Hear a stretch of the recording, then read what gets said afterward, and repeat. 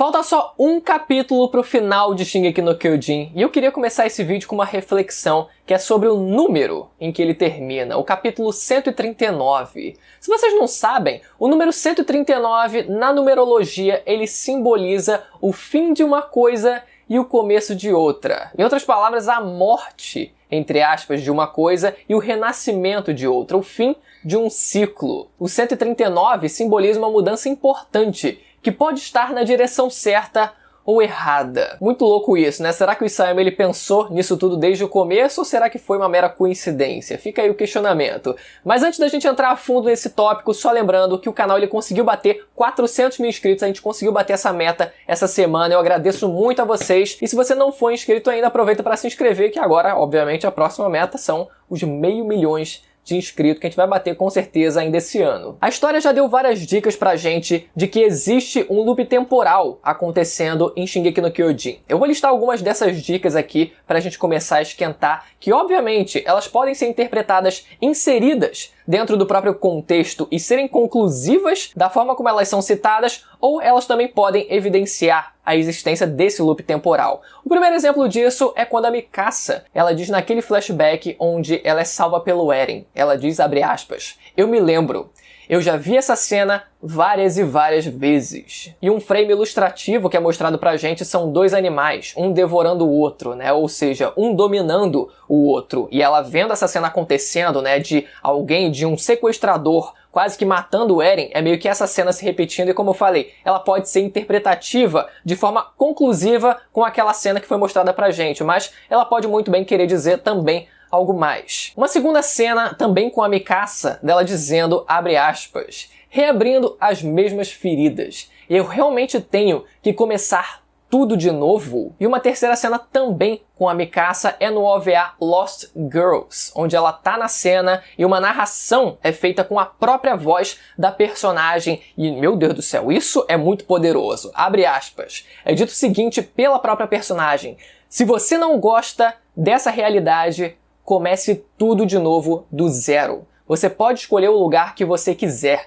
Nesse mundo, tudo será como você quer, mas você não vai conseguir evitar a morte do Eren." Que isso, meu amigo? Parece um spoiler direto na nossa cara, uma porrada na nossa cara. Essa última, então, bem naquela pegada de ReZero, né? Se você não gosta dessa realidade, comece tudo do zero. Mas tem mais coisa. Agora a gente vai separar algumas cenas aqui onde o Eren, ele acorda chorando, e essas cenas elas podem significar o recomeço ou o acesso de memórias passadas ou futuras. A primeira delas é no capítulo 1, onde a gente vê o sonho do Eren, que acaba sendo o mesmo sonho da Mikasa no capítulo 138, o penúltimo capítulo do mangá. Ou seja, o Eren, ele sonhou o próprio futuro onde ele morreu. Era o mesmo sonho, só que da primeira vez foi o Eren que sonhou e da segunda vez, no penúltimo capítulo, foi a Mikasa que sonhou. Eram perspectivas diferentes do mesmo sonho, só que no fim era o Eren morrendo. Só que tanto no sonho do Eren, no capítulo 1, quanto na realidade que a gente vê capítulo passado, no penúltimo capítulo, a Mikasa, ela diz,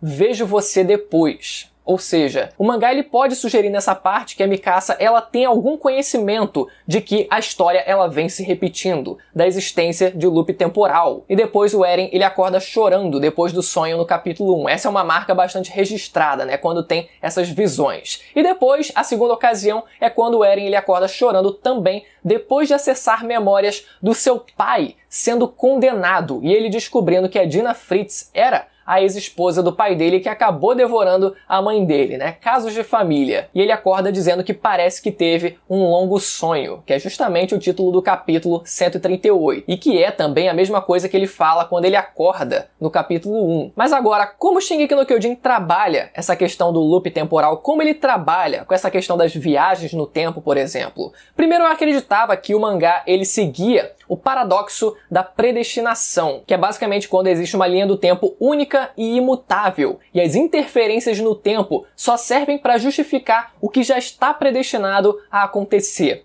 Um exemplo prático disso seria uma pessoa, por exemplo aqui, uma pessoa sedentária que recebe a informação do futuro de que ela vai morrer de infarto. E a partir disso ela começa a se exercitar tanto com essa neura que ela, na verdade, acaba sofrendo um infarto pelo excesso de atividade física, ou seja, ela não conseguiu mudar aquele futuro. Aquele fim que essa pessoa teve só foi justificado pelo fato dela ter recebido essa informação do futuro. É basicamente um paradoxo da predestinação. E eu achava isso pela fala do Grisha quando ele encontra o Zeke e diz que tudo acontecerá conforme o plano do Eren. Ou seja, deu muita impressão de que nada teria como ser feito para impedir o avanço do Eren, que aquilo quase que como se tivesse predestinado a acontecer. O que não era necessariamente o caso, né? O próprio Zeke, quando ele estava conversando com o Eren nos caminhos, eles estavam tentando ali, os dois, convencer a Ymir a seguir o lado de cada um deles, e o Zeke ele afirma que o Eren ele não sabia de tudo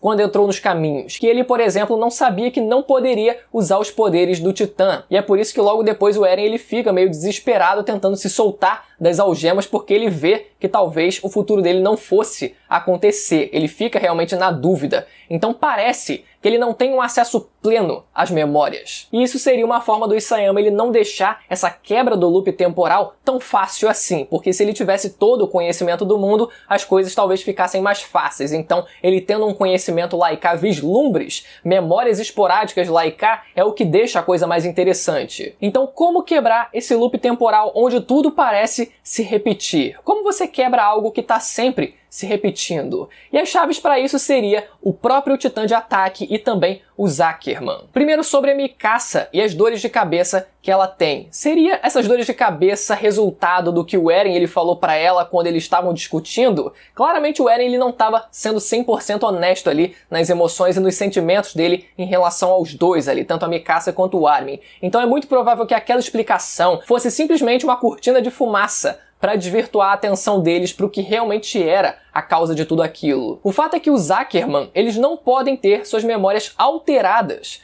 pelo Titã Fundador. Só que mesmo assim, quando o loop temporal ele acontece, eles não têm o conhecimento pleno de tudo o que aconteceu. No caso da Mikasa, ela tem uma habilidade, que seria através, no meio dessas dores de cabeça, a capacidade de lembrar de algumas coisas que aconteceram anteriormente. É por isso que ela cita falas tão sugestivas, é por isso que ela, em específico, cita essas falas, porque isso tudo está conectado. Ela tem essa habilidade de ver esses vislumbres de linhas temporais passadas. Algumas cenas, por exemplo, onde ela tem dor de cabeça e essas cenas sugerem que ela lembrou de alguma coisa. Aqui ela dizendo, isso de novo. Numa outra cena ela dizendo também, isso de novo. Numa terceira cena ainda mais específica, ela dizendo, de novo, isso de novo.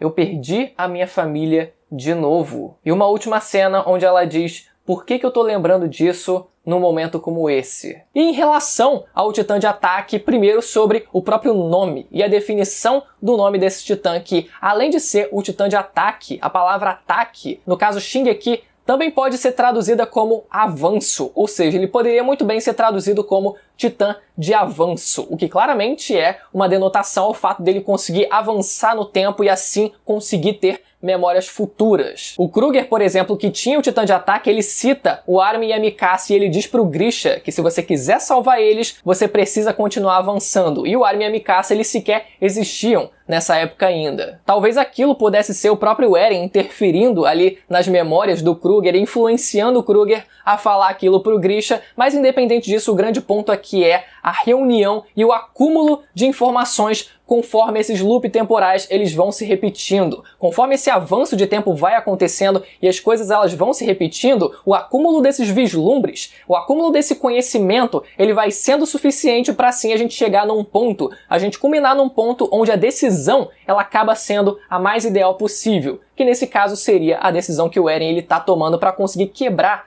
todo esse ciclo. E o que significa exatamente conseguir quebrar o loop temporal? Eu acredito que são alguns fatores. O primeiro deles seria libertar a Ymir da escravidão, excluindo o fato de que foi relativamente fácil convencer ela a entregar os poderes dela pro Eren. Independente disso, ela conseguiu ser libertada. Ela se tornou uma pessoa livre e assim tá agindo por conta própria. Além disso, também matar o próprio Parasita, que também tá sendo um agente ali, um personagem bem ativo nessa reta final da história, que também é questionável mais uma vez toda a importância que é dada exatamente ao Parasita e dessa forma libertar os Eldianos da maldição. E dessa forma o ciclo ele seria quebrado. Algumas perguntas que ficam a partir dessa conclusão, se ela se concretizar, por exemplo, como ficaria a questão do bebê que aparece na última página que foi spoilado pelo Isayama para a última página do mangá, que provavelmente é o bebê da história no colo de alguém, e a fala, agora você está livre. Como assim o bebê ele estaria livre se o plano do Eren ele falhou? O bebê ele só seria livre se a existência dos titãs ela fosse cancelada, se os titãs eles deixassem de existir, mesmo com os Eldianos continuando em vida. Da mesma forma, por exemplo, que o Reiner ele fala pra Gabi que quer livrar ela daquele destino, e só o fato dela não se transformar em um titã já é uma forma de livrar ela daquele destino. Só que se nenhum Eldiano precisasse se transformar mais em titã, todo mundo seria livre. A segunda pergunta que fica com isso é o que o mundo ele faria com os Eldianos depois deles terem massacrado quase que o mundo inteiro, boa parte daquele mundo. Eles vão simplesmente aceitar quietos só pelo fato deles não se tornarem mais em titãs, ou na primeira oportunidade eles vão lá e vão matar todo mundo? Fica aí o questionamento, né? O que a Ymir ela quer de fato dos Eldianos? Porque capítulos atrás a gente viu o Armin ele dizendo, ele sugerindo que o que a Ymir ela quer é que os Eldianos eles se conectem uns com os outros. Basicamente como se ela quisesse que eles ficassem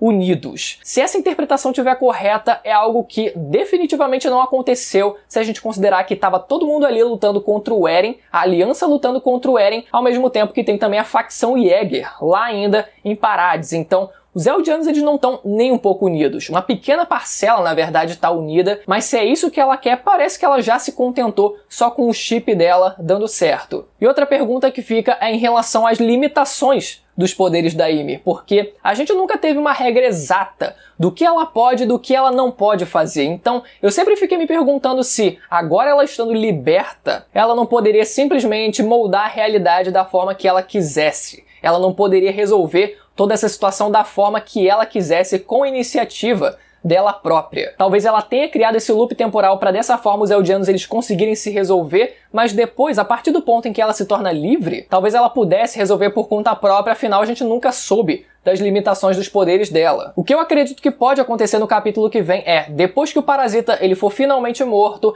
a gente volte pro que aconteceu no capítulo 1. A gente volte pra cena debaixo da árvore onde o Eren ele acorda mais uma vez. Só que dessa vez ele acorda num mundo onde não existe mais titãs nenhum. Lembrando mais uma vez, se você não for inscrito no canal, aproveita para se inscrever e ativar o sininho para não perder as notificações dos próximos vídeos, tanto do mangá, vai ter live ao vivo aqui do último capítulo do mangá e obviamente também dos episódios do anime. Beleza, galera? Até a próxima. Tchau!